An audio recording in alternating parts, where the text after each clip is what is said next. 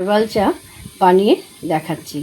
সেই জন্য আমার লাগবে তুলসী পাতা, একটু আদা বাটা আর একটু গোলমরিচের গুঁড়ো আর জল। এবার আমি এখানে 2 কাপ বানাবো, সেই জন্য আমি এই যে এতটা তুলসী পাতা নিয়েছি, এই সাইজে ছোটো সাইজে।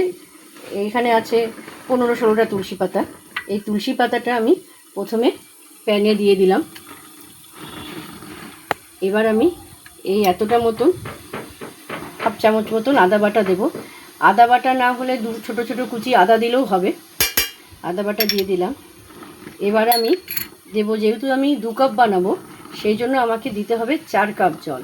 এই চায়ের কাপের মাপে এই আমি 1 কাপ জল দিলাম। এইভাবে আমি 4 কাপ জল দেবো। এই হলো 2 কাপ জল, 2 কাপ হয়ে গেল। এই 3 কাপ জল, এই 4 কাপ জল দিচ্ছি। এই যে 4 কাপ জল দিলাম, এই 4 কাপ জলটা আমাকে ফুটিয়ে ফুটিয়ে 2 কাপ করতে হবে। এই 4 কাপ জল দিলাম। এবার আমি ইন্ডাকশানটাকে অন করলাম। এবার আপনাকে ফ্লেমটা রাখতে হবে লো টু মিডিয়াম। হাইতে দিলে চলবে না, তাড়াতাড়ি জলটা শুকিয়ে যাবে কিন্তু রসটা সেভাবে নিংড়বে না।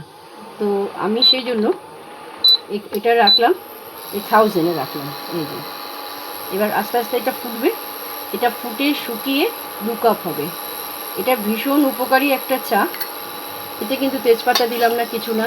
এটা সবার জন্য উপকার। আমরা তো সবাই জানি যে তেজপাতা, এই তুলসী পাতার মধ্যে কতটা উপকার আমাদের আছে। তুলসী পাতা আমাদের শরীরে কতটা উপকার করে আমরা সবাই জানি। এতে অনেক পরিমাণে অক্সিজেন থাকে। তারপরে যাদের কনস্টিপেশনের একটা টেন্ডেন্সি থাকে তাদের জন্য তুলসী পাতা খুব ভালো। আর আদাও আমাদের খুব উপকার।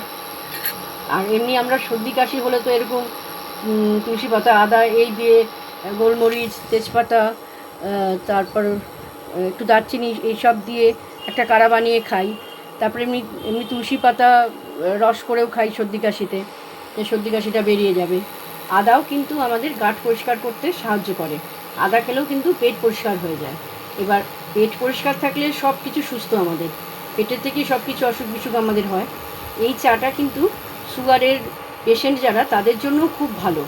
কেন, সুগারের পেশেন্টদেরকে যেমন চা কফি খেতে বারণ করে, যে ওটা বেশি খাবেন না, ওটা উত্তেজনা বাড়ায় শরীরের, কারণ নার্ভগুলো উত্তেজিত হয়। তো সেটা সুগারের পেশেন্টদের জন্য ভালো নয়।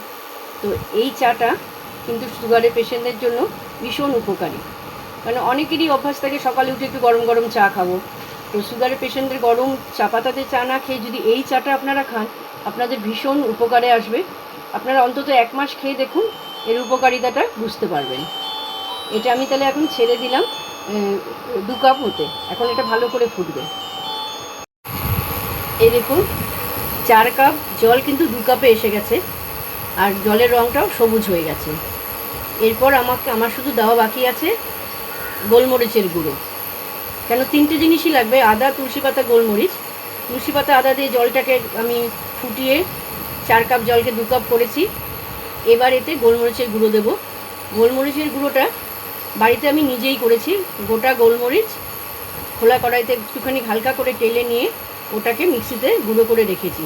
তাতে না এটার গন্ধটা বেশি ভালো হয় আর কি। বাজারে গুঁড়ো গোলমরিচের থেকে বাড়িতে এই গুঁড়োটা যদি বানিয়ে রাখেন তাহলে এটার গন্ধটা একটু বেশি ভালো লাগে। এই যে এতটা মতন গোলমরিচ দেবো, 2 কাপ চা হবে তো, এতটা দিলেই যথেষ্ট। গোলমরিচ দিয়ে আমি একটু নেড়ে দেবো। হ্যাঁ, গোলমরিচটা না ফুটালেও হবে। দেখুন খুব সুন্দর একটা গন্ধ বেরিয়েছে, গোলমরিচ, তুলসী পাতা আর আদা। গন্ধ তো ভালোও লাগে আর ভীষণ উপকার এই হার্বাল চাটা। এবার আমি চাটাকে ছেঁকে নেব। আমার হার্বাল টি তৈরি হয়ে গেছে। এই যে আমি ছাঁকনি দিয়ে ছেঁকে নিয়েছি। এবার খাওয়ার পালা। এটা ভীষণই উপকারী চা। আপনারা বাড়িতে সবাই বানিয়ে খান। অন্তত 1 মাস যদি এটা খাওয়া যায়, এর উপকারিতাটা তখন টের পাওয়া যায়। সবাই এটা খান এবং সুস্থ থাকুন, এবং খেয়ে কতটা উপকার হলো আমাকে জানাতে ভুলবেন না কিন্তু। আপনাদের মূল্যবান মতামতের আশায় বসে রইলাম। সবাই সুস্থ থাকুন, আনন্দে থাকুন।